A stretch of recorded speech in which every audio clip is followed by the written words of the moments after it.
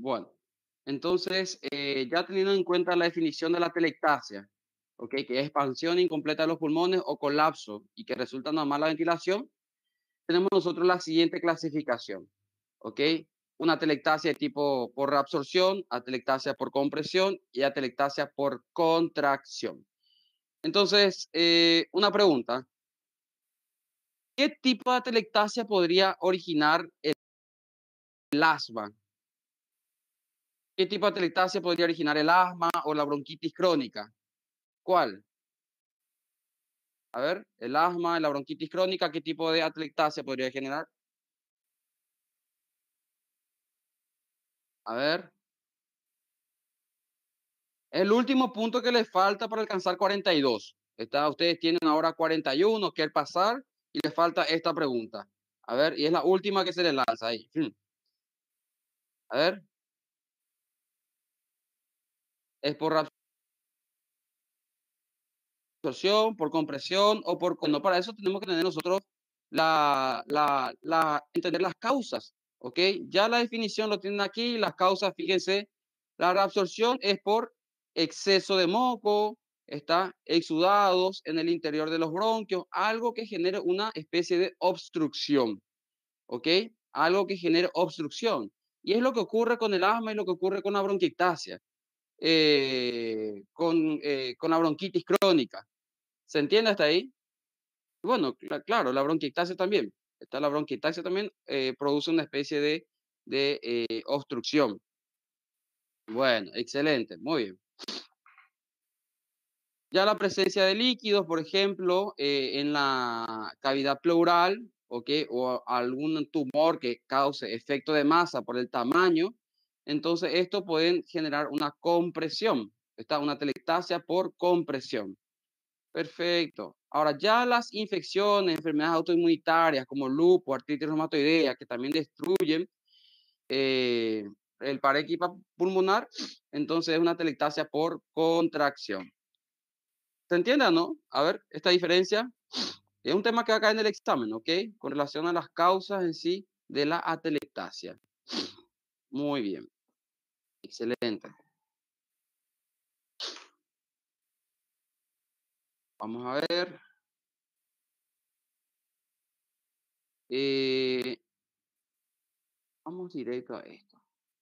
A ver, enfisema. Ya sabemos la definición del enfisema, ¿ok? Ya conocemos la definición del enfisema, sabemos que una neumopatía obstructiva está junto con la bronquitis crónica, junto con el asma, junto con la bronquiectasia. Antes que nada, antes que nada, eh, las enfermedades o las neumopatías obstructivas en los parámetros espirométricos, ¿cómo esperaríamos encontrar? ¿Se recuerdan que yo he mostrado una tabla mostrando los parámetros espirométricos? FBC, o sea, BEF1, la relación entre FB1 con FBC. ¿Se recuerdan esa tabla de parámetros espirométricos? Y yo le dije, tómenle una foto a esta tabla. A ver, ¿se recuerdan o no? Si alguien me dice sí, bueno, ahí está, ya está. Si alguien me dijo sí, es porque sí, ya está, ya. Perfecto. Eh, en una neumopatía obstructiva, esta que están viendo ustedes aquí, ¿cómo se encontrarían estos parámetros espirométricos? ¿Cómo estaría la FBC? ¿Cómo estaría el BEF1? ¿Y cómo estaría la relación entre BEF1 con FBC? A ver, para poder diferenciar de las restrictivas. ¿Okay? Estas son obstructivas. ¿Cómo aparecen estos? A ver, ninguém, nadie.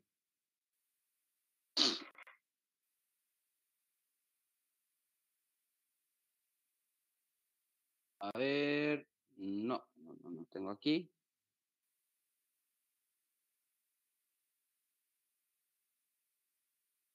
A ver,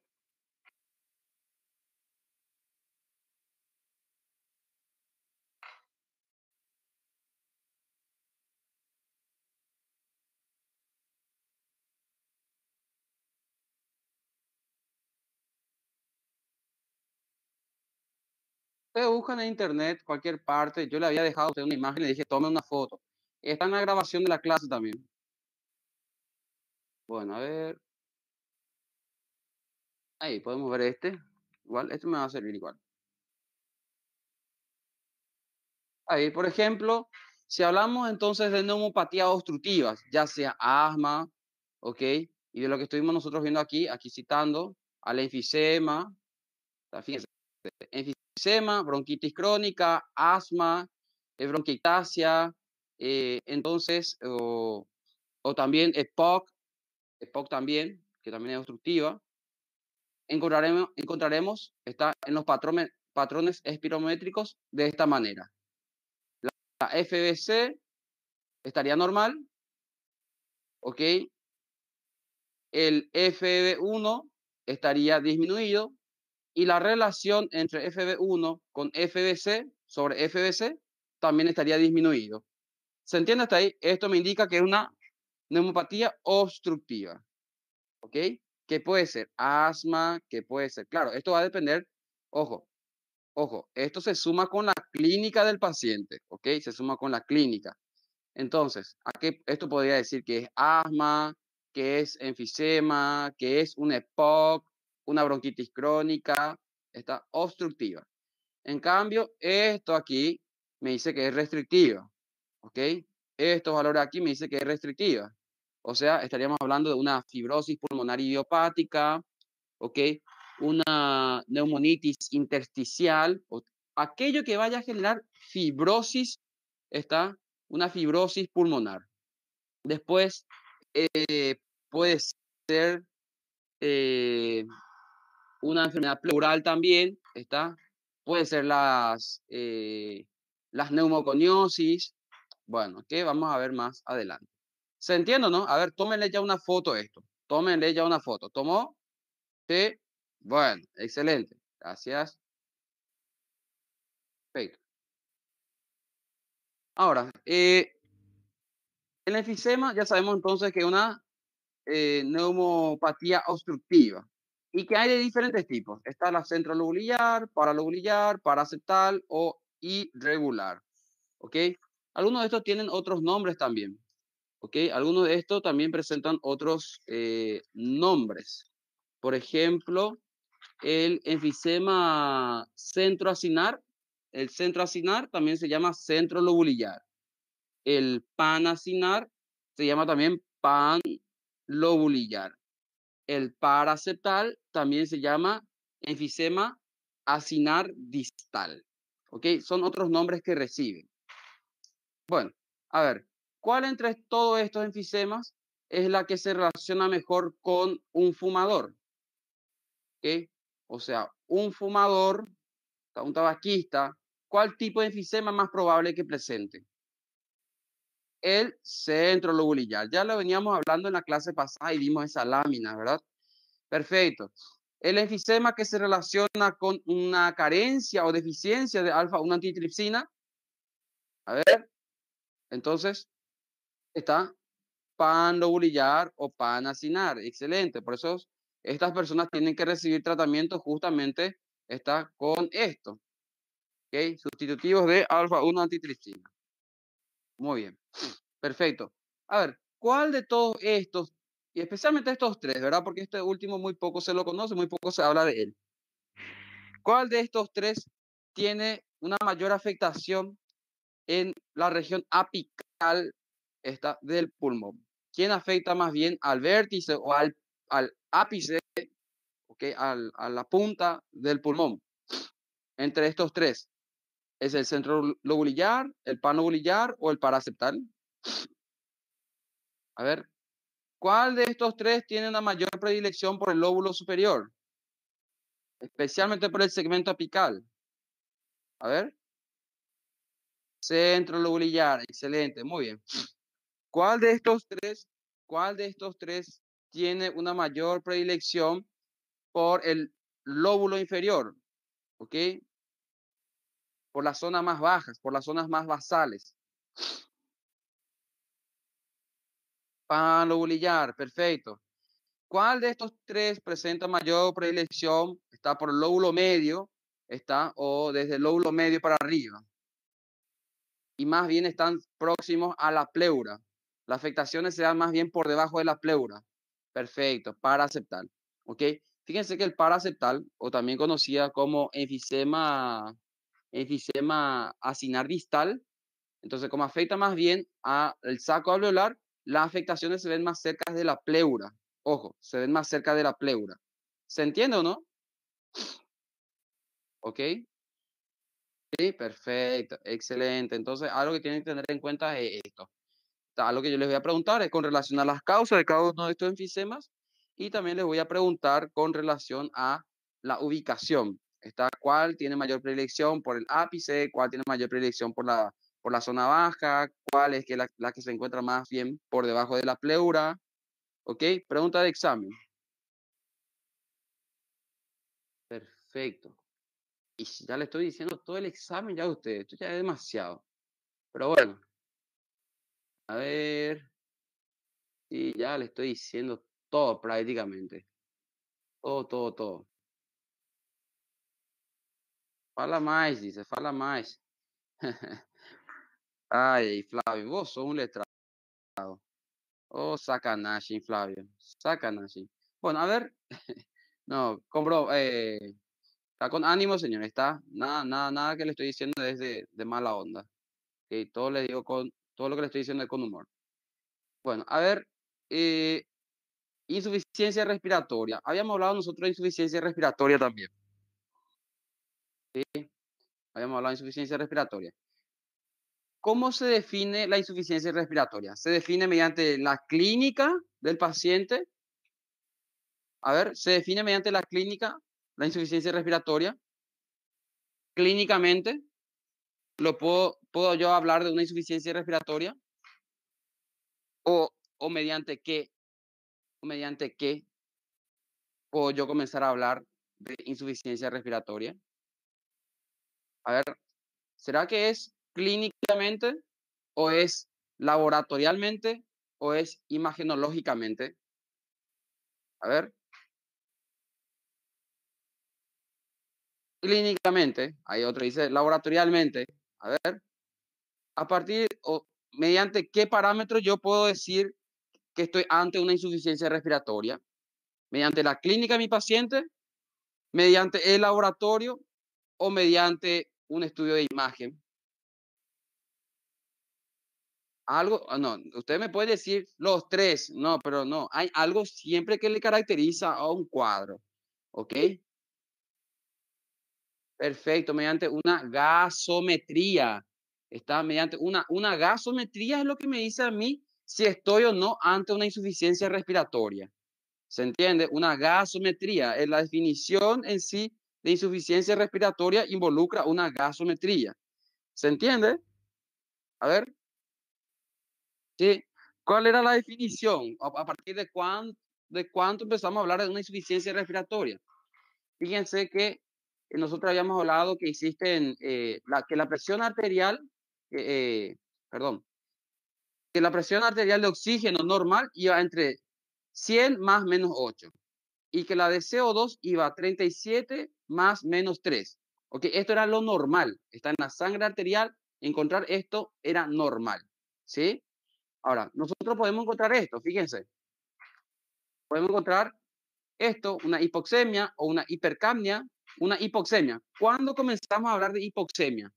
Cuando la presión arterial de oxígeno se encuentra menor a 80 y o cuando la presión de CO2, o sea, hipercapnia cuando la presión arterial de CO2 es mayor a 45. Ojo, el paciente aquí, fíjense, el paciente aquí puede tener dificultad para respirar, puede estar con una frecuencia respiratoria aumentada, mayor a 20, ¿se entiende? Puede tener esa clínica, pero aquí, con esto, ¿ok? A ver, sí o no, ya estamos hablando de una insuficiencia respiratoria. O sea, ya al existir una hipoxemia y al existir una hipercapnia, ya estamos hablando de una insuficiencia respiratoria. Y fíjense que no, y fíjense que no, ¿está? Y fíjense que no. Una hipoxemia, también nosotros vamos a encontrar clínicamente dificultad para respirar, Podemos encontrar ortonea, podemos encontrar frecuencia respiratoria aumentada, ¿se entiende? Podemos encontrar esto, pero todavía no estamos hablando de una insuficiencia respiratoria. ¿A partir de cuánto, entonces, a partir de en qué momento hablamos nosotros de una insuficiencia respiratoria? Cuando encontramos esto, ¿ok? Por gasometría en sangre arterial, ¿ok? Definimos nosotros la insuficiencia respiratoria. Presión arterial de oxígeno menor a 60 milímetros de mercurio y presión arterial de CO2, ¿ok? Mayor a 50 milímetros de mercurio. Esto es lo que a mí me define insuficiencia respiratoria. ¿Me entienden? Claro que evidentemente ya estamos nosotros aquí ante una hipoxemia y también aquí podemos encontrar una hipercapnia, ¿ok? Pero ya la hipoxemia puede existir antes de la insuficiencia respiratoria. ¿Se entiende o no? Yo quiero que entiendan la definición de insuficiencia respiratoria, que se hace mediante una gasometría. Mediante una gasometría yo comienzo a hablar de ello. ¿Entendieron? ¿Sí? Bueno. A ver, ¿será que el paciente puede presentar aquí una cianosis? Puede presentar una cianosis. La cianosis es la coloración azulada de piel y mucosa. Perfecto. ¿Y a partir de cuánto aparece esa cianosis? Yo le había dado un valor a ustedes que está en el libro del Farreras. ¿Ok? ¿A partir de cuánto yo comienzo, perdón, a partir de cuánto se comienza a manifestar o comienza a aparecer una cianosis? ¿No? A ver, mayor que 5 gramos, ¿qué? ¿Mayor qué? ¿Qué es ese 5? ¿Qué es ese 5? ¿Mayor que 5 qué? 5 años, 5 bananas, 5 manzanas, 5 abacaxi, ¿qué es 5? ¿Mayor que 5 qué? Sí, gramos de cilitro, pero ¿de quién?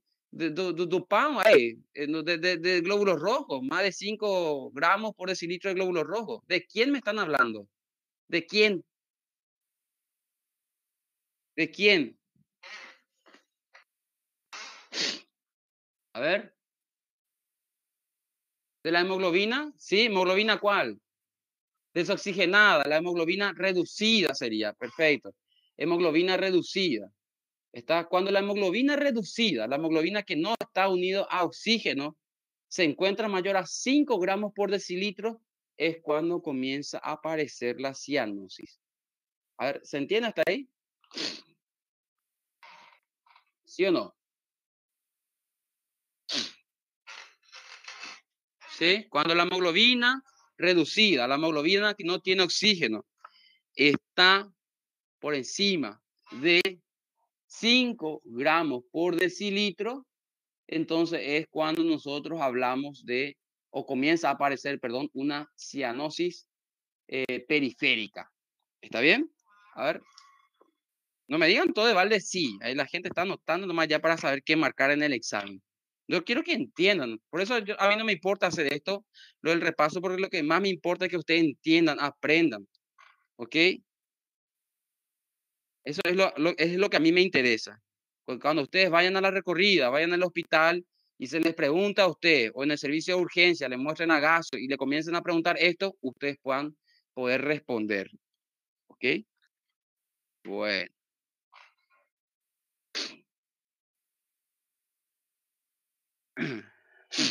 Ahora un momento, por favor.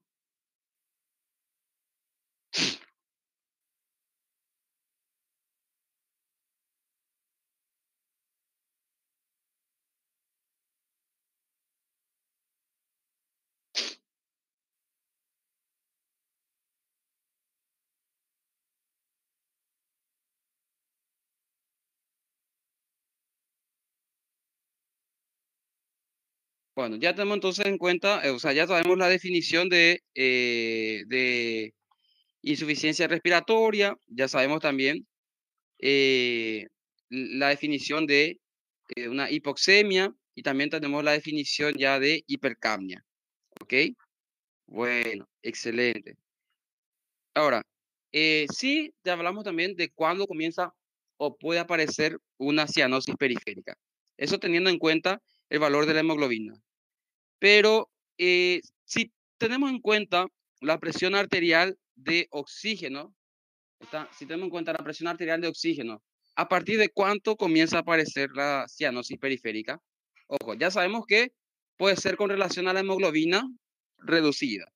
Pero si hablamos si hablamos con relación a la presión de oxígeno, ¿a partir de cuánto comienza a aparecer la cianosis periférica? ¿A partir de? ¿Será que siempre una insuficiencia respiratoria? ¿Será que siempre una insuficiencia respiratoria ya va a tener también una cianosis periférica? Y no, ¿ok? Y no. Por ejemplo, con una presión arterial de oxígeno de 58, por ejemplo, de 58, que ya estamos hablando de una insuficiencia respiratoria, puede que no exista una cianosis periférica. Entonces, ¿cuánto? Perfecto, ahí está. A partir de, bueno, en realidad es a partir de 50, que es 50 para abajo. Entre 40, 50 para abajo, entonces comienza ya a aparecer la cianosis periférica. ¿Ok? Es medio confuso, está como lo menciona el libro, entre 40 a 50. Bueno, pero ¿por qué no me dice bien nomás ya 50? En fin, entonces es eso. La cianosis periférica, teniendo en cuenta la presión arterial de oxígeno, nos dice que a partir de 40 a 50, o sea, por debajo de 40 a 50 milímetros de mercurio, puede aparecer esa cianosis periférica. ¿Se entiende o no? A ver. Sí, bueno, lo cual ya me estaría indicando que la presión arterial de oxígeno está jodido dentro de ese paciente. Bueno, perfecto. Excelente. Ahora, algo que tienen que tener en cuenta es la clasificación de la insuficiencia respiratoria. ¿Se recuerdan que existía una clasificación donde decíamos nosotros insuficiencia respiratoria con hipercapnia y sin hipercapnia? ¿Se recuerdan? Con hipercapnia y sin hipercapnia. Después, ¿se recuerdan de esa tabla? Sí. Bueno, eso entonces hay una pregunta de examen con relación a eso. Perfecto. Eso, muy bien. Insuficiencia respiratoria con hipercapnia, está con parénquima pulmonar sano y con parénquima pulmonar anómalo, ¿verdad? Perfecto. Y después, las que son sin hipercapnia, enfermedad pulmonar crónica y enfermedades pulmonares agudas. ¿Se recuerdan de esa tabla? Sí, ¿verdad? Tomaron foto, sí, está en el libro del Farrera, está en el libro del Farrera esa tabla. Y bueno, yo le había dicho que insuficiencia respiratoria lo estaríamos desarrollando desde el libro del Farreras. Bueno, en el capítulo 75, creo que es, ¿sí? Si no me equivoco, capítulo 75, ahí tienen ustedes insuficiencia respiratoria, y tienen la tabla y tienen los ejemplos de cuál tipo de, a ver, por ejemplo, a ver, puede ser un síndrome de distrés respiratorio agudo, un síndrome de distrés respiratorio agudo. ¿Cuál tipo de insuficiencia respiratoria generaría? ¿Sería una insuficiencia respiratoria con hipercapnia o sin hipercapnia? Y si es con hipercapnia, ¿es con el parénquima pulmonar sano o con el parénquima pulmonar anómalo?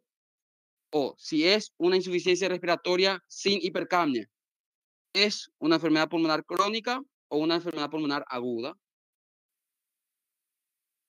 A ver, el síndrome de distrés respiratorio agudo es sin hipercapnia, perfecto, y es agudo. Muy bien, Gabriela, felicitaciones. ¿Está? Muy bien, Gabriela. Así es. El síndrome de estrés respiratorio agudo hace una insuficiencia respiratoria sin hipercapnia, ojo, sin hipercapnia, y es una enfermedad pulmonar aguda, ¿ok? O sea, es de carácter aguda. No, pero su nombre dice, Wesley, su nombre dice síndrome de estrés respiratorio agudo, dice. Agudo dice su nombre. Perfecto, agudo dice su nombre. ¿Ok? Agudo dice su nombre. Te está diciendo que es agudo. ¿Se entiende? Síndrome de estrés respiratorio agudo. ¿Qué le dice su nombre? Que es agudo. Bueno, bueno, ¿está bien? Entonces, eso, miren nada más la tabla y lo van a encontrar ahí, ¿ok? Está en la tabla. Yo le estoy diciendo tal y cual como lo van a encontrar en el libro. ¿Está? Bueno.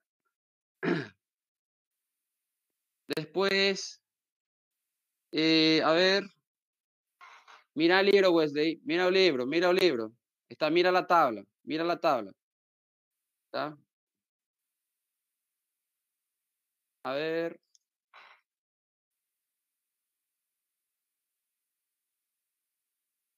¿Qué más tenemos en el examen?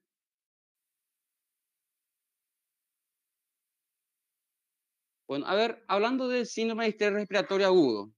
Hablando del síndrome de estrés respiratorio agudo. Nosotros habíamos hablado, dimos una, a ver, sí, vimos un repaso otra vez de ello. Vimos un repaso otra vez.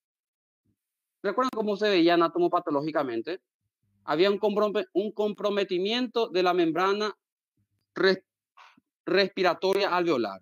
¿Ok? Para recordar nada más, ¿cómo está constituida la membrana respiratoria alveolar? Surfactante, el epitelio alveolar, la membrana basal del epitelio alveolar, ¿ok? El intersticio, después la membrana basal del endotelio, el endotelio, ¿ok? Entonces eso conformaba la membrana respiratoria alveolar. ¿Se recuerdan la membrana respiratoria alveolar? ¿Sí o no? Dijimos que eran 6 capas prácticamente, habíamos citado, perfecto. Entonces, en un síndrome de estrés, está en un síndrome de dificultad respiratoria aguda, hay comprometimiento de esto, ¿ok? Se daña esto. La mayoría de las causas, ¿cuál es la causa más frecuente del síndrome de dificultad respiratoria agudo? A ver, ¿cuál es la causa más frecuente? Vamos aquí.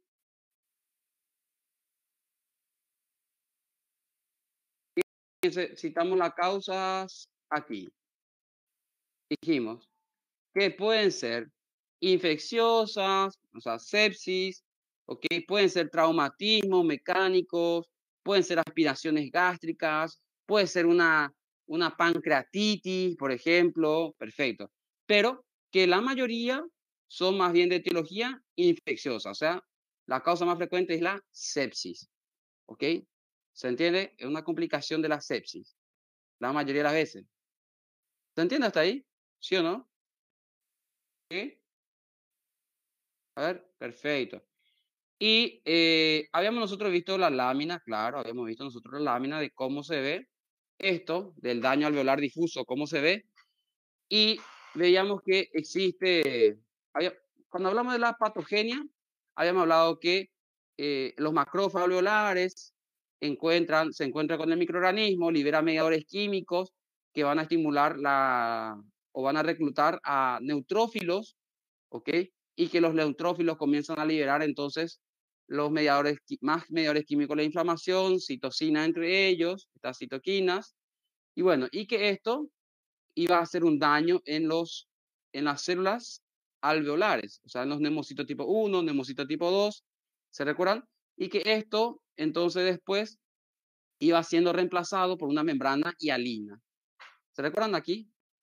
Daño del epitelio alveolar reemplazado por una membrana hialina. ¿Se recuerdan de esto de la membrana hialina?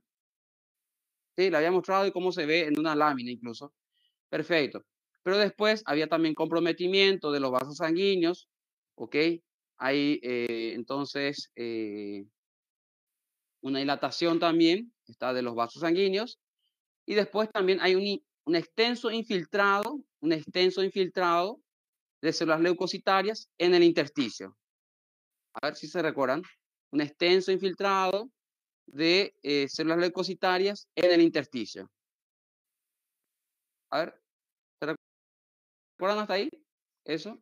Si quieren, le puedo poner la lámina, igual. Si quieren, le puedo poner la lámina.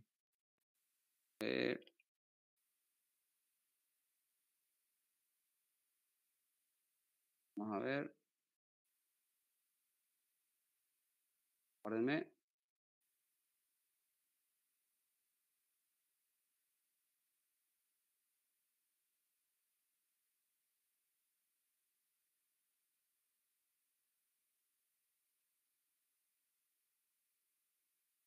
Y está.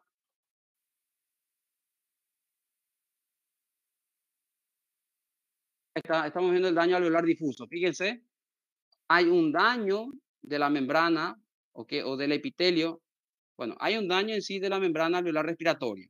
¿Okay? Fíjense aquí el daño del epitelio alveolar. ¿Okay? Tendría que ser un tejido epitelial plano simple. Fíjense, aquí no se ve ningún tipo de tejido epitelial, no se ve nada de plano. Se ve un engrosamiento aquí, ¿okay? Debido a la presencia de esta membrana hialina. Fíjense, hay una congestión vascular, los vasos están totalmente dilatados, ¿ok? Fíjense en el intersticio, hay un amplio infiltrado leucocitario, entonces en el intersticio. A ver, ¿se entiende hasta ahí? ¿Sí? Bueno, lo que nosotros habíamos visto. Perfecto. Ahora, ¿se recuerdan que nosotros habíamos dicho que este síndrome de dificultad respiratoria aguda, o síndrome de respiratorio agudo, era la evolución de una lesión pulmonar aguda? ¿Okay? Una lesión pulmonar aguda, inicia como una lesión que luego evoluciona al síndrome de dificultad respiratoria aguda. ¿Se recuerdan? Sí, habíamos dicho que era una evolución.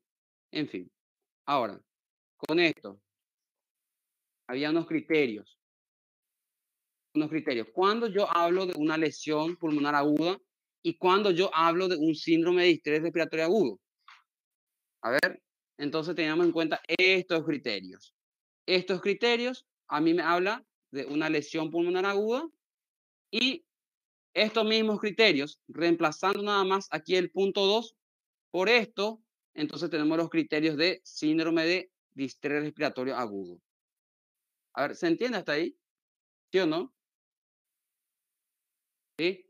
Bueno, a ver, lesión pulmonar aguda es cuando encontramos una insuficiencia respiratoria de comienzo agudo, una relación de presión arterial de oxígeno sobre FiO2 menor a 300, infiltrados bilaterales demostrados radiológicamente y la presión capilar pulmonar por debajo de 18 milímetros de mercurio, ¿está?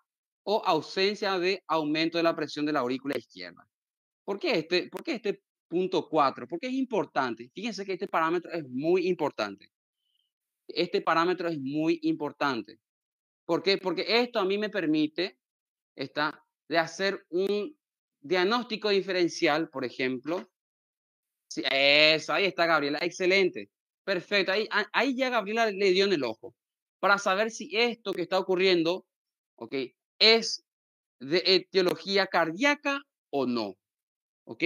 Cuando hay una afectación cardíaca, ¿se entiende? Cuando hay una afectación cardíaca, ya sea por una estenosis pulmonar, una estenosis de la válvula aórtica, una estenosis de la válvula mitral, una insuficiencia de ella, ¿ok? O sea, una alteración está con relación a lo que es el corazón, está en una de sus válvulas, genera un aumento de la presión capilar pulmonar, ¿ok? ¿Se entiende hasta ahí? ¿Sí o no? Una alteración valvular está en la válvula mitral hace que los capilares pulmonares, que la presión de los capilares pulmonares se encuentren elevados. Esto por una afectación retrógrada. La sangre no está consiguiendo avanzar, no está consiguiendo cumplir ese flujo anterógrado, ¿ok? No consigue avanzar, se queda acumulado en las cámaras izquierdas del corazón. Esto tiene una afectación retrógrada, que aumenta la presión en las venas pulmonares, aumenta la presión en los capilares pulmonares. ¿Se entiende? ¿Ok? Entonces, en una lesión pulmonar aguda, ¿ok? Que no tiene que ver con relación a una patología cardíaca, esto se encuentra en sus valores normales. ¿Se entiende hasta ahí? A ver si se entiende. Quiero que sean sinceros. ¿Sí? Bueno, está bien. Les creo. ¿Ok? Si esto está aumentado, está por encima de 18, entonces hay que buscar algún problema que pueda estar presente en el corazón. Bueno, el síndrome respiratorio agudo utiliza estos mismos criterios, solamente que reemplazamos al punto 2. En vez de ser PAFI, o sea, la relación de presión arterial de oxígeno con el PAFI menor a 300, aquí es menor a 200. ¿Ok? Cuando esta relación se encuentra menor a 200, entonces ya estamos hablando de un síndrome de distrés respiratorio agudo. A ver, ¿se entiende hasta ahí? Y claro, después yo le había mostrado una escala. Le había mostrado una escala de cuando hablamos de un evento ya agudo, estaba moderado o ya severo. Le había mostrado una tabla. Pero en fin, al menos estos criterios yo quiero que sepan, que manejen. ¿Entendido hasta ahí? A ver, ¿sí? Bueno, perfecto. A ver, ya creo que le estoy diciendo todo prácticamente en mi examen. Eso. Bueno, está bien. Entonces, recordar nada más que en el síndrome de distrés respiratorio, en la lesión pulmonar o en el síndrome de distrés respiratorio agudo, ¿ok? No hay ninguna afectación, entonces, no tiene que existir una afectación en las cámaras cardíacas, ¿está? Con relación a las válvulas, ¿ok? O con relación a las cámaras izquierdas, pues no tiene que haber ninguna afectación. Bueno, a ver, ¿qué me falta darles? Bueno, a ver, con relación al TEP, tromboembolismo pulmonar. Nosotros habíamos dado la clase de tromboembolismo pulmonar y les dije que eso es el tema que más íbamos a ver con relación a patologías vasculares que comprometen a el pulmón. Bueno, a ver, TEP. ¿Cuál es la manifestación clínica más frecuente del TEP? ¿Cuál es la manifestación clínica más frecuente?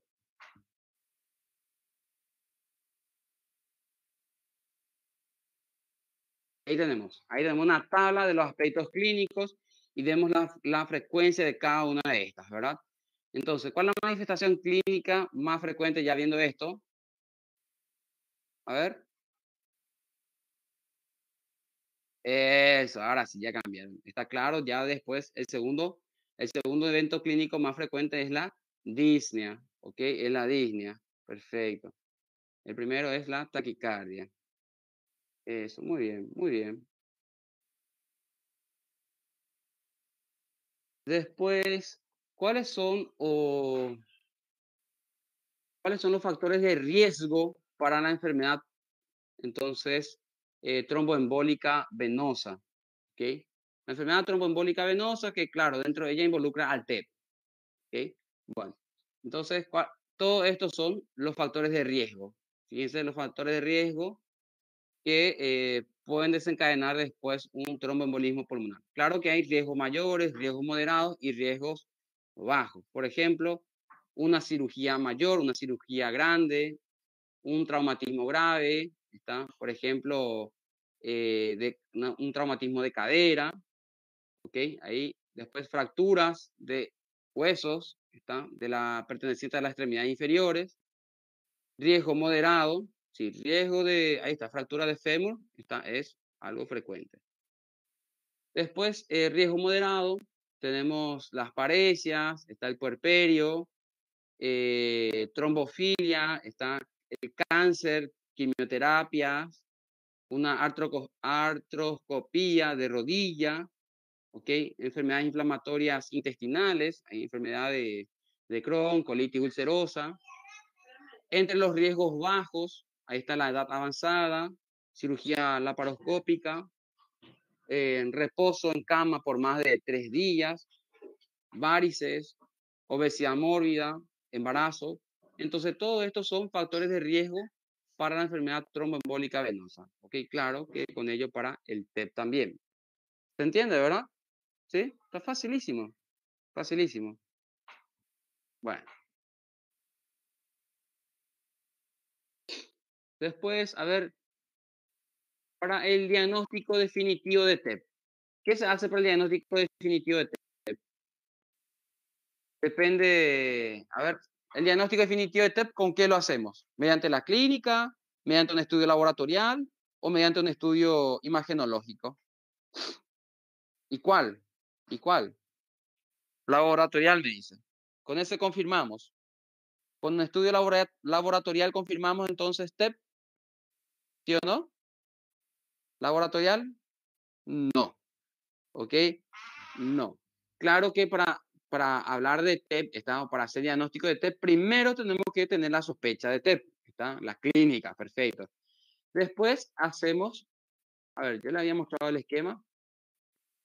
Después hacemos, cuando la sospecha es baja, cuando la sospecha es baja y el paciente está estable, primero acá, esta probabilidad de TEP, ¿verdad? Cuando hay una baja probabilidad, entonces pedimos nosotros un dímero D. ¿Ok? Dímero D. Si el dímero D viene positivo, ¿qué necesitamos nosotros para confirmar entonces? Fíjense, ahí está, una prueba de imagen. ¿Cuál? Angiotac. ¿Ok? La angiotac es lo que finalmente nos confirma a nosotros si realmente estamos hablando de TEP, sí o no. ¿Se entiende, no? Y eso quiero que rescaten, que la confirmación de TEP no es mediante la clínica, no es mediante laboratorio, sino que es mediante un estudio imagenológico. ¿Se entiende? Mediante la angiotac. ¿Sí o no? ¿Sí o no? ¿Se entiende? Ah, vamos, reaccionen, señores, reaccionen. Claro que cuando la sospecha es demasiado alto, está la sospecha demasiado alta, directamente pasamos a solicitar ya la angiotac. Eso. Está, cuando la sospecha es demasiado alta, entonces pasamos directamente a hacer la prueba de imagen, ¿verdad? La angiotac. Perfecto. A ver, pero estamos diciendo que para poder hacer el diagnóstico de TEP, ¿tá? Entonces tenemos que, tiene que haber una sospecha clínica, ¿verdad? Tiene que haber una sospecha clínica. Bueno, para ello, ahí tenemos la escala de puntuación para la graduación de probabilidad clínica de TEP. ¿Ok? Teníamos la escala de Wells y la escala de Ginebra. Escala de Wells y la escala de Ginebra. Bueno.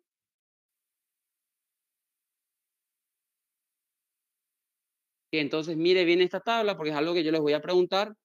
¿Cuáles son las variables? ¿Cuáles son las variables de la escala de Wells? ¿Cuáles son las variables de la escala de Ginebra? Entonces, tengan en cuenta esta tabla. ¿Ok? Algo que les voy a preguntar. Algo que les voy a preguntar entonces son las variables de la escala de Wells y la escala de Ginebra. No sé si me están viendo, me están leyendo. Sí, sí me escuchan. Ah, bueno, ahí está. Ya, vale. Eso. Una pregunta de examen tiene que ver con esto. Después, claro, hablando del dímero D, fíjense que el dímero D, les cambia la diapositiva, Discúlpenme porque le estoy siguiendo con otra computadora y ahí se trabó. Ah, bueno, perfecto.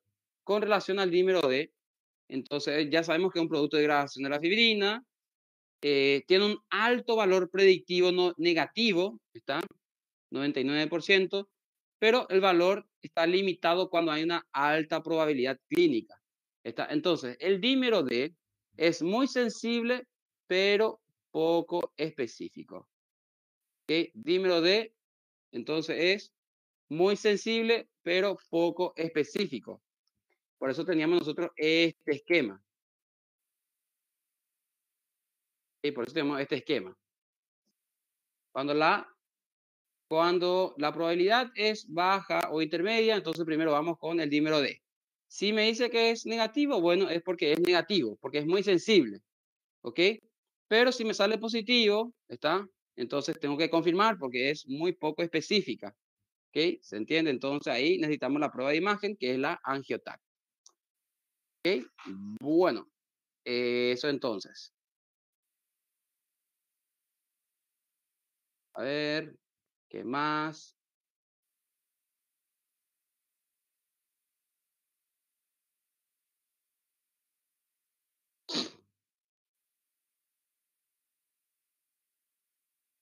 Bueno, a ver, si en este caso, vamos a ver en el caso de, ¿dónde está?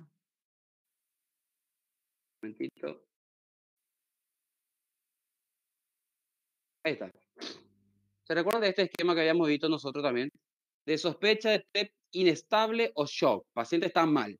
¿Ok? ¿Qué es lo que hacemos? Ojo, lo que estamos viendo acá era paciente estable. Si paciente está estable, ahí baja probabilidad, entonces hacemos dímero D, alta probabilidad, directamente angiotac. Ya lo que estábamos viendo. Pero si la sospecha de TEP, o sea, hay sospecha de TEP y el paciente está inestable o está en shock, ¿ok? ¿Qué es lo que hacemos? Tenemos que ver la disponibilidad de la angiotac en urgencia. ¿Ok?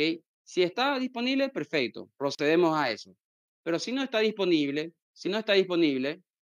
¿cuál es otra opción? ¿Cuál es otra opción? Ahí está, el ecocardiograma para evaluar disfunción ventricular derecha. ¿Qué es lo que vamos a encontrar nosotros en el ecocardiograma? ¿Qué es lo que vamos a encontrar en el ecocardiograma del paciente con TEP? ¿Qué es lo que vamos a encontrar? A ver, ¿qué es lo que vamos a encontrar? Hablando de eso nada más. Ahí está, la ecocardiografía. ¿Qué es lo que me muestra? Una vena cava inferior dilatada, ¿está? El tamaño del ventrículo derecho puede estar igual a la del ventrículo izquierdo, o incluso puede el ventrículo derecho estar más grande, está que el ventrículo izquierdo, puede haber una desviación del tabique, ¿ok? Puede haber una insuficiencia tricuspidia, puede haber una hipoquinesia del ventrículo derecho, está con afinamiento de la pared, ¿está? No consigue contraerse bien. Puede haber una dilatación de la aurícula derecha y la presión de la arteria pulmonar puede estar elevada. Son hallazgos en la ecocardiografía en un paciente con TEP. ¿Se entiende hasta ahí? A ver. Sí, bueno, perfecto.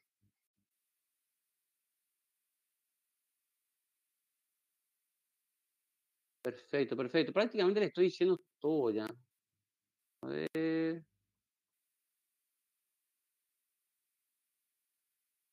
Vamos con relación al asma. Nosotros vimos la clase de asma, ¿verdad? Sí, asma. Vamos a hablar del asma. 5.1.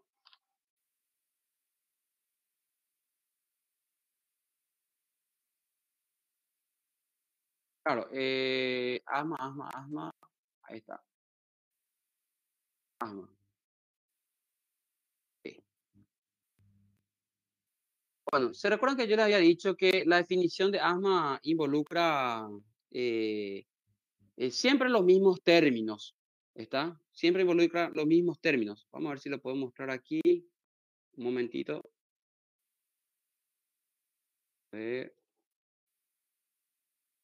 Guárdeme ahí. Vamos a la definición de la angina. Ahí está. Definición de asma siempre involucra esto. Que es crónico, o sea, involucra el término de cronicidad, involucra una inflamación crónica, involucra una hiperreactividad, ¿ok? Una hiperreactividad y una obstrucción bronquial, que es reversible, ¿ok? Ahí, la enfermedad del asma es una enfermedad inflamatoria de las vías aéreas a la que se asocia una intensa hiperreactividad bronquial frente a estímulos diversos. Una enfermedad inflamatoria crónica, ¿ok? Bueno, entonces, tengan en cuenta la definición de asma, ¿ok? El asma es una el asma entonces es un trastorno crónico de las vías respiratorias de conducción. ¿Está? Donde se caracteriza por una broncoconstricción episódica debido a una hiperreactividad. ¿Está? Frente a varios tipos de estímulos. ¿Se entiende hasta ahí? La definición. Hay varias definiciones del asma, pero todas involucran estos mismos términos. ¿Sí? Ahora, no se olviden de que es crónica, ¿ok? El asma es un evento crónico, es una enfermedad crónica. Incluso es la enfermedad crónica más frecuente en niños. ¿Se entiende? Es la enfermedad crónica más frecuente en niños. Después, Habíamos nosotros mencionado que el asma tiene hay varios tipos de asma, hay una clasificación. La clasificación de asma que podría ser atópica, no atópica, aquellas que se dan por fármacos y aquellas que se dan con relación a la ocupación de una persona. ¿Está? Entonces, entre estas, la más frecuente de todas, ¿cuál es? ¿Cuál es la más frecuente entre todas estas? La atópica, está la que tiene que ver entonces con alergenos. ¿Ok? Ahora, sí, es cierto que la atópica, si vamos a hacer la definición de atópica, que de asma atópica, recibe la siguiente definición. Es una enfermedad genéticamente predispuesta, ¿ok? Las atópicas están genéticamente predispuestas, caracterizada por una obstrucción bronquial reversible por respuesta excesiva bronquial a una variedad de estímulos. ¿Ok? Entonces, eso es asma atópica. Está genéticamente predispuesta. Eso es lo que le agregamos. ¿Se entiende hasta ahí? A ver si me siguen. Bueno, después habíamos nosotros hablado de factores gatillantes, factores, a ver, sí, habíamos nosotros hablado de factores gatillantes y factores de riesgo. Y les dije que no se confundan, no confundir factores de riesgo con factores gatillantes. Los factores de riesgo, habíamos nosotros citado que era justamente la genética, la atopía, está la alergia, el sexo, está la edad de comienzo. Entonces son factores de riesgo para el asma. Ahora, los factores gatillantes son otra cosa. Los factores gatillantes son aquellas que van a despertar, ¿ok? O van a hacer que aparezcan las crisis, ¿ok? ¿Cuáles son los gatillantes? Y los gatillantes son infecciones respiratorias virales, por ejemplo. Puede ser el ejercicio, las emociones, las risas, el estrés psicológico, el tabaco, el aire frío, ¿ok? Bueno, ¿se entiende? Entonces, esos son factores gatillantes. No confundir nada más. No confundir nada más factores gatillantes con factores de riesgo en asma. Eso. A ver, ¿se recuerdan que justamente hablando de, de, de la genética aquí, habíamos mencionado nosotros que existía una historia familiar, ¿ok? Una historia familiar de asma, mamá tiene asma, papá tiene asma, o también una historia familiar de rinitis alérgicas y como también de dermatitis alérgica. Está en la historia familiar en sí, está en la historia familiar de primer grado, existe esto, asma, rinitis alérgica y dermatitis alérgicas. ¿Se recuerdan? Habíamos mencionado. Bueno, de hecho, también nosotros habíamos mencionado una triada de Santer-Widal. Está la triada de Santer-Widal, ¿qué era? ¿Qué involucraba la triada de Santer-Widal? Pólipos nasales, ¿verdad? Pólipos nasales, junto con asma y junto con alergia a la aspirina y otros AINES. Entonces, constituía esto, la triada de Santer-Widal. Perfecto. Por lo general, el paciente asmático no solamente presenta eso, sino que presentan otras cosas más. ¿Está? Entonces, viene con una rinitis alérgica, viene con pólipos nasales, está alergia a otras cosas. Bueno, estas, triada de Santer-Guida. Pólipos nasales, asma y alergia a la aspirina y otros AINES. Bueno, después, a ver. Bueno, ya lo que estamos mencionando todo prácticamente. Sí, los cambios anatomopatológicos o los cambios morfológicos que se pueden encontrar en el asma. ¿Cuáles son? A ver, para eso, espérame, para eso yo creo que le había mostrado lo del libro, la parte de morfología. Vamos a ver, asma, momento. Ahí está. Okay, en el asma, señores, en el asma.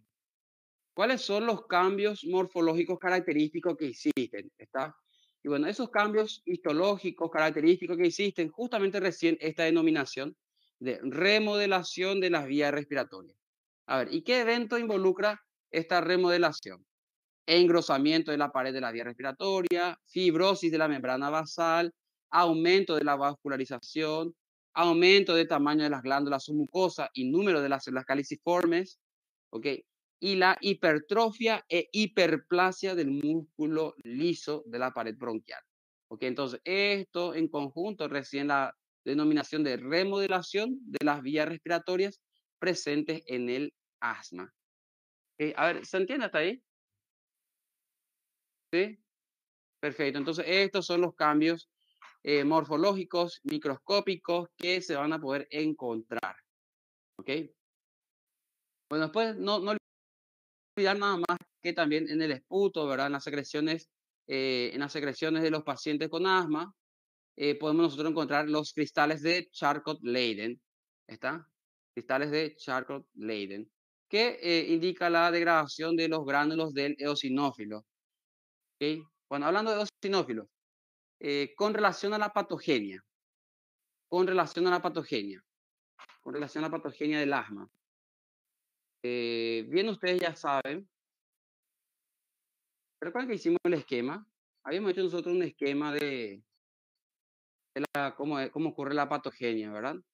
¿Sí o no? Sí, hicimos un esquema, ¿o no? Sí, ¿verdad? Bueno, bueno, entonces tener en cuenta que la patogenia empieza aquí. ¿Ok? El asma atópica, ¿verdad? Al asma atópica se debe a una respuesta de las células T helper 2 y la inmunoglobulina E. Está en respuesta a los alergenos ambientales en personas genéticamente predispuestas. Bueno, entonces habíamos dicho nosotros que hay una activación de las células T helper 2, donde ellos comienzan a liberar varios mediadores químicos, entre ellos, por ejemplo, las interleucinas, donde con la interleucina 4, por ejemplo, hacia estimulación de los linfocitos B, eso le menciona por aquí, por acá nada más, estimulación de linfocitos B, que hace que que esta pueda convertirse a célula plasmática para luego liberar inmunoglobulina E, ahí está.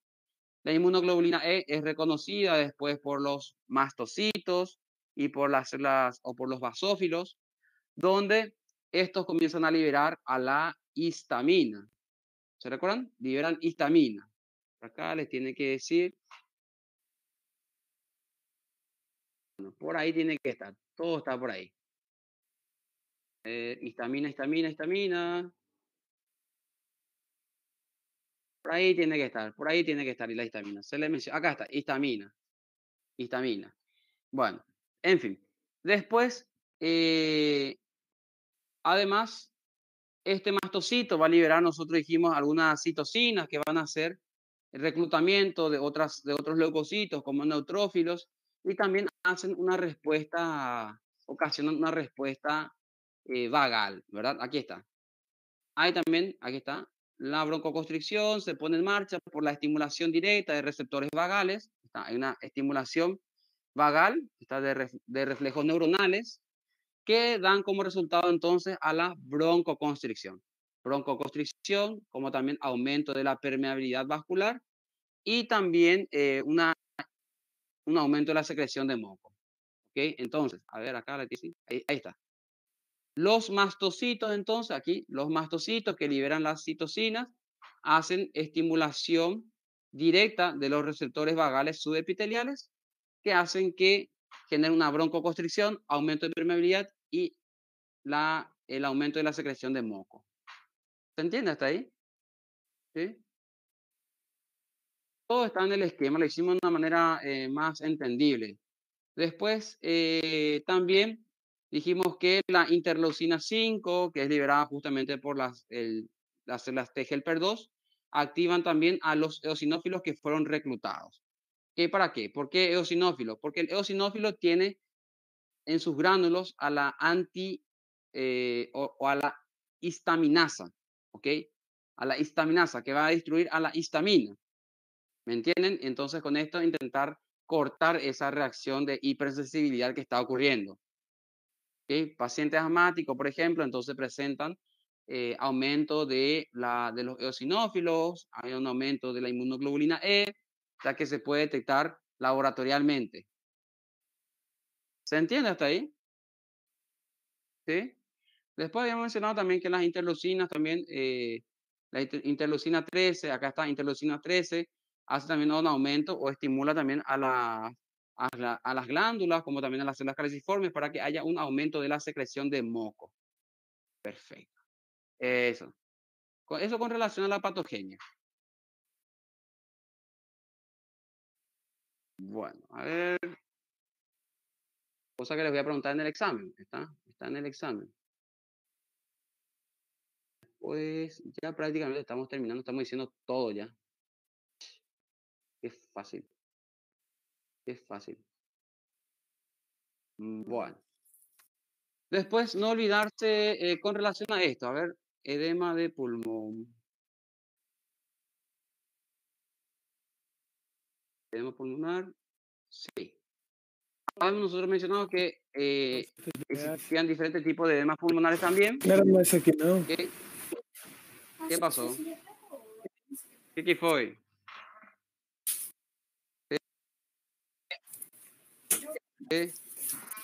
Bueno, en relación al edema de pulmón. A ver qué pasa aquí.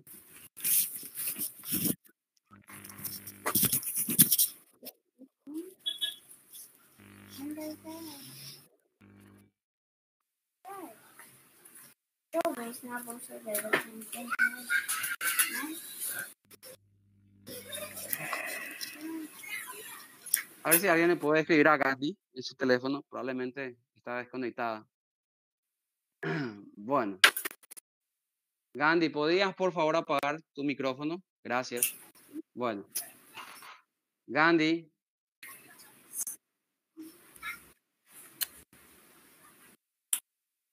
Bueno, a ver, con relación al edema de pulmón, habíamos nosotros visto o habíamos mencionado que hay una clasificación con relación a la causa del edema de pulmón, que podrían ser, por ejemplo, aquellas, o sea, un edema hemodinámico, podía ser por lesión de la pared alveolar, ¿está? Con una lesión microvascular, y algunos de causa indeterminada, ¿ok?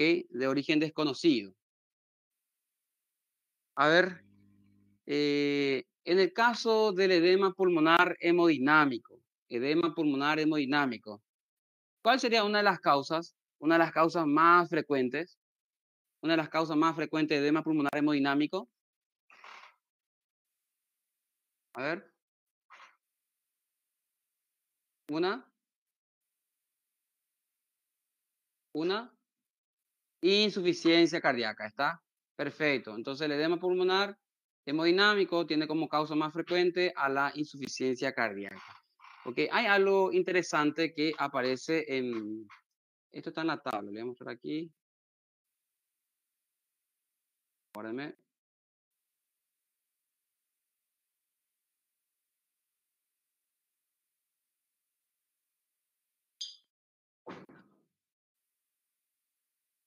A ver, aquí está. Acá está el edema de pulmón, aquí hay una tabla, la he mencionado yo justamente, he mostrado en la clase también. Clasificación y causa del edema pulmón, ahí está edema hemodinámico, ok, edema de lesión de la pared alveolar, después edema de origen desconocido. ¿Está bien? Y acá, fíjense, la insuficiencia cardíaca entonces izquierda es la causa más frecuente. Ojo, señores, una cosa, muchas veces pasa lo siguiente en un examen, la gente marca o el alumno marca lo que le parece. Y no es así. ¿Está bien? No es así. Porque a veces se le va a pedir justifique tu respuesta. Mas eu acho que era isso a respuesta. Eu acho que no funciona. Eu acho que, ¿me entienden? Eso no funciona. Entonces, lo que está en el libro, muchas veces hay que justificar la respuesta y entonces, para eso lo tiene en el libro. ¿Está bien? Hablando nada más, mostrándole aquí entonces que la insuficiencia cardíaca izquierda es la causa más frecuente está de edema pulmonar hemodinámico. Y estos presentan algo muy característico a la hora de verlo microscópicamente. ¿Por qué? Porque aparecen aquí unas células conocidas como células. A ver, ¿cuál es una célula que aparece aquí en el edema pulmonar? A ver, a consecuencia de una insuficiencia cardíaca. A ver, nadie. ¿Cómo se llama la célula? ¿Cuáles células son? Acá mi PDF es el problema.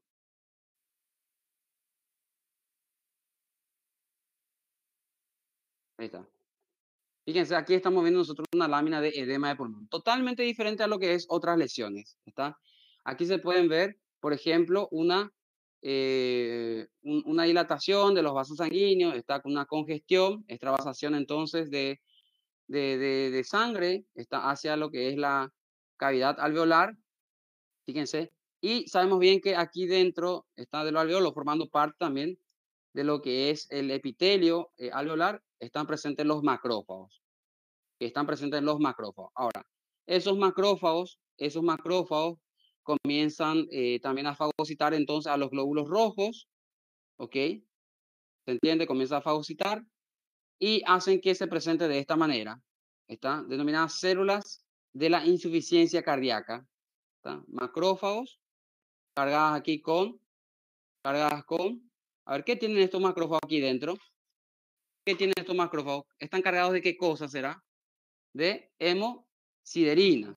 Están cargados con hierro, ¿tá? Porque están fagocitando entonces al glóbulo rojo, están fagocitando a la hemoglobina, van acumulando hierro, estos macrófagos acumulan aquí hemosiderina, entonces reciben esta denominación de células de la insuficiencia cardíaca.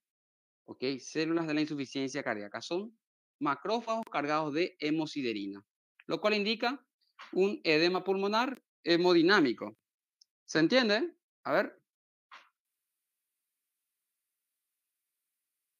¿Sí? Bueno, perfecto, perfecto. Y después, otro tema de examen con relación a lo que es la bronquitis crónica, tener en cuenta la definición de la bronquitis crónica y poder compararlo con el enfisema. Bueno, bronquitis crónica, ya sabemos nosotros que es tos persistente, o sea, tos constante, perdón, con esputo durante 3 meses por 2 años consecutivos. ¿Ok? Bueno, a ver, la definición en sí que nos dan el libro es, la bronquitis crónica se define en la clínica como tos persistente con producción de esputo durante al menos 3 meses en 2 años consecutivos. Claro, en ausencia de cualquier otra causa identificable. A ver si les puedo mostrar en el libro. Tener en cuenta la definición de bronquitis. Acá está. Se pregunta siempre, esta es pregunta de recorrida, pregunta de clínica médica, pregunta de fisiopato, siempre se pregunta la definición de bronquitis crónica. ¿Cuándo comenzamos a hablar de bronquitis crónica? Y aquí está. ¿Okay? Se define en la clínica como la persistencia con producción de esputo durante al menos 3 meses en 2 años consecutivos en ausencia de cualquier otra causa identificable. A ver, ¿entendido hasta ahí? ¿Sí? Bueno, excelente. Claro que tiene que ver mucho con relación al tabaco, ¿está? Entonces, cuando comiencen a estudiar van a ver que se lo menciona muchísimo aquí al tabaco. Bueno, a ver,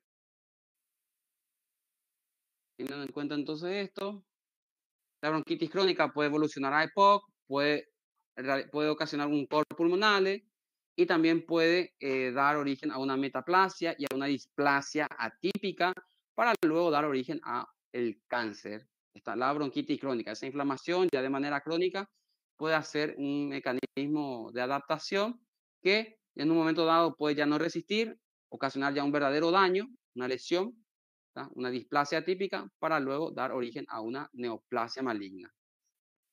Bueno, aquí hay una hipersecreción de moco, hay una hipertrofia de glándulas, hay liberación de mediadores químicos de inflamación, y bueno, hay un aumento de la cantidad de células caliciformes. ¿Okay? Bueno, a ver, diferenciando nada más con el enfisema, la diferencia que existe. Esto está en el libro, ¿ok? La bronquitis crónica aparece en personas de entre 40 a 45 años, mientras que el enfisema es más intensa en el enfisema, y aparece ya de manera más temprana. En cambio, la bronquitis tarda en aparecer. La tos es con expectoración abundante. La bronquitis, en cambio, en el enfisema puede ser una tos seca, o con escasa expectoración. Las infecciones son frecuentes en la bronquitis, porque todo esa presencia de moco, ese aumento en la producción de moco, es como un caldo de cultivo, para gérmenes.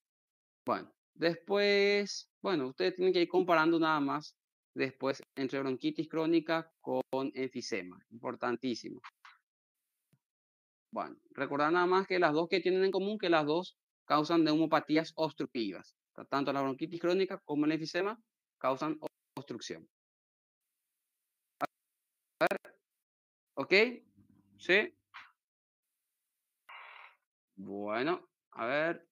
No están convulsionando todavía, ¿verdad? No están convulsionando. Eso, excelente. A ver, después con relación a... No, dice. Con relación a las patologías valvulares. Con relación a las patologías valvulares, bueno, hay muchas cosas aquí realmente. Saber la definición de estenosis, saber la definición de insuficiencia, conocer cuál es la causa más frecuente de las valvulopatías y cuáles son las más frecuentes, y cuál es o cómo se hace el diagnóstico definitivo para la mayoría de estos, de manera general. Bueno, entonces esta primera etapa prácticamente es tema de examen. Después, saber las etiologías de cada una de ellas, y esto es importantísimo, criterios de Jones para hacer diagnóstico de fiebre reumática. Hay criterios mayores y hay criterios menores. No se olviden, para hacer diagnóstico de fiebre reumática, entonces se tiene en cuenta esto, el criterio de Jones, ¿ok? Donde involucra criterios mayores y criterios menores, tema de examen. Después, claro, todo es las causas. Aquí también, esto también es tema de examen. Clasificación de la estenosis mitral. La estenosis mitral se puede clasificar en leve, moderada y severa. ¿Ok? Teniendo en cuenta nada más los parámetros normales con relación a la sección, con relación al área de la válvula mitral, con relación a la fracción de eyección y la presión telediastólica. Entonces, la estenosis mitral tiene una clasificación de acuerdo a si es leve, de acuerdo a si es moderada o de acuerdo a si es severa. Tema de examen. ¿Ok? Bueno. Pues la fiebre reumática. ¿A cuál válvula afecta o por cuál válvula tiene mayor predilección? En primer lugar, la fiebre reumática tiene mayor predilección por la mitral. En segundo lugar, sería la mitral junto con la aórtica. En tercer lugar, es solamente la aórtica. Y en cuarto lugar está ahí, la mitral, aórtica y tricuspidia. ¿Okay? ¿Se entiende? Entonces, nada más con relación a la predilección está de la fiebre reumática por las válvulas. Bueno, ¿ok? Hasta ahí, señores. Hasta ahí. Prácticamente les cité todos los temas de examen. Entonces, no quiero ver yo menos de 70.